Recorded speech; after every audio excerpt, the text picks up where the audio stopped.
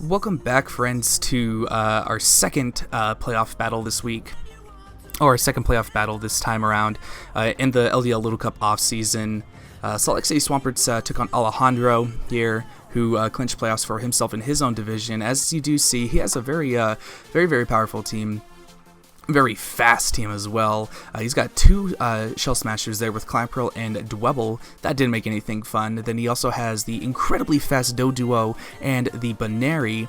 And then he also has the extremely broken Drifloon. I guess Drifloon is actually considered Little Cup Ubers, which we didn't know at the time of making all the Little Cup draft stuff.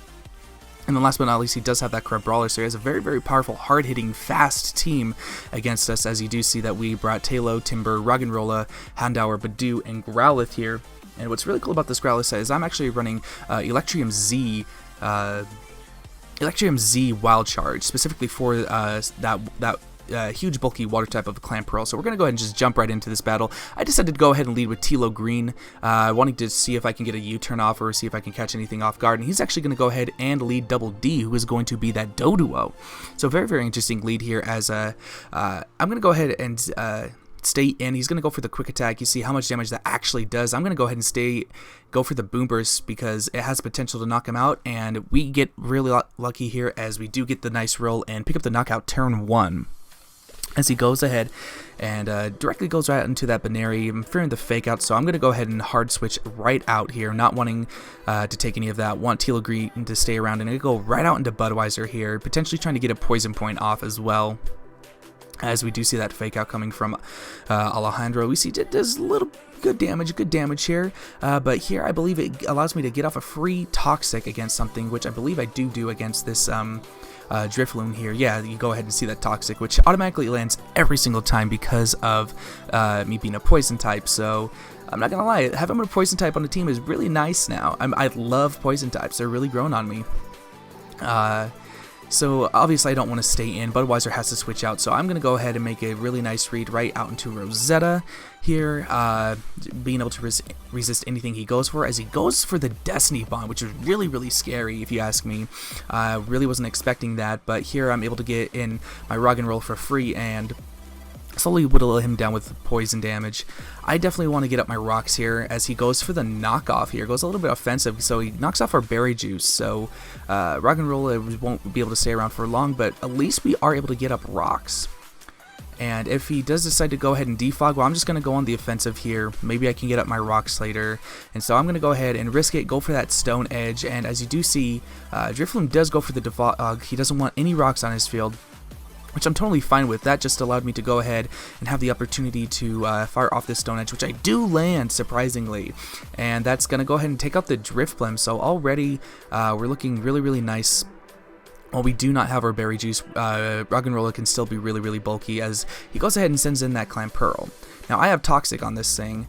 And I figured if he wanted to Shell Smash, I could Toxic it right then and there, but he's going to go ahead and just go for the safe kill and Scald, which is highly unfortunate because now I'm not able to get up rocks, but I couldn't risk him wanting to Shell Smash on me.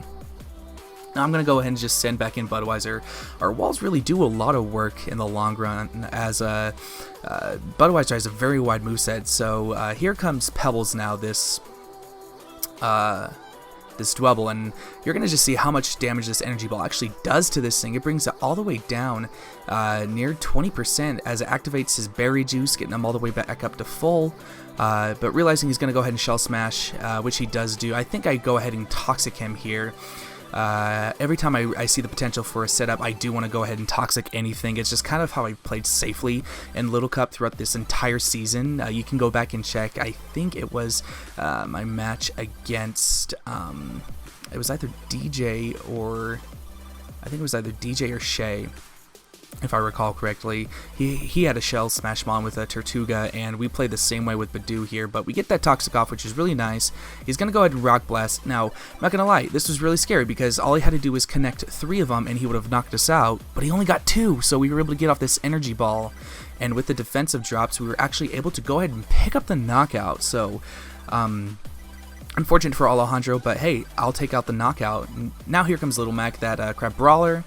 Looking mighty fancy with his boxing gloves, and I'm just going to go ahead and get a safe switch into Talo here. I'll let my Budweiser go down just because I really feel like Talo and what's left on the team can go ahead and just efficiently handle everything that's there.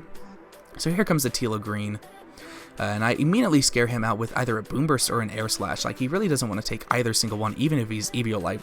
And you see that he's going to go ahead and swap right out into that,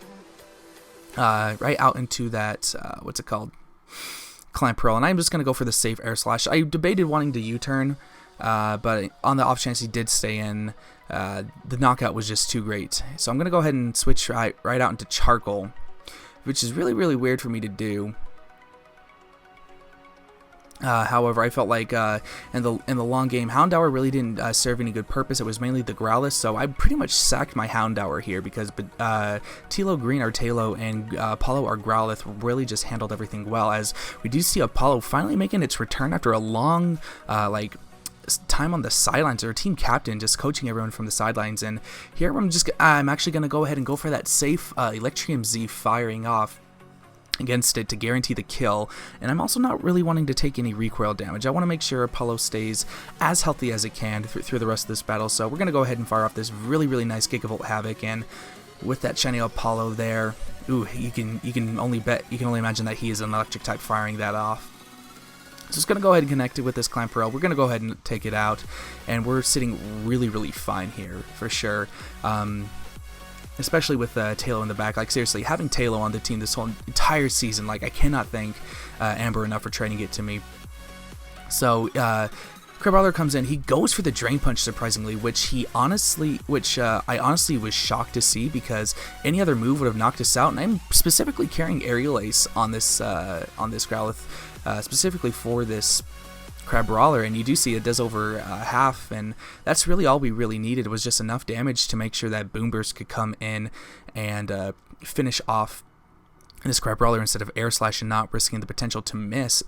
So Growlithe goes down, and here I'm going to go ahead and just send in mini gains now, actually, instead of our Talo. And I believe, if I am not mistaken, we are, in this case, we're either Life Orb or Banded. Yeah, there we go. We are Life Orb here. So, like, Life Orb, Mach Punch is looking really, really nice. I believe I also have Drain Punch.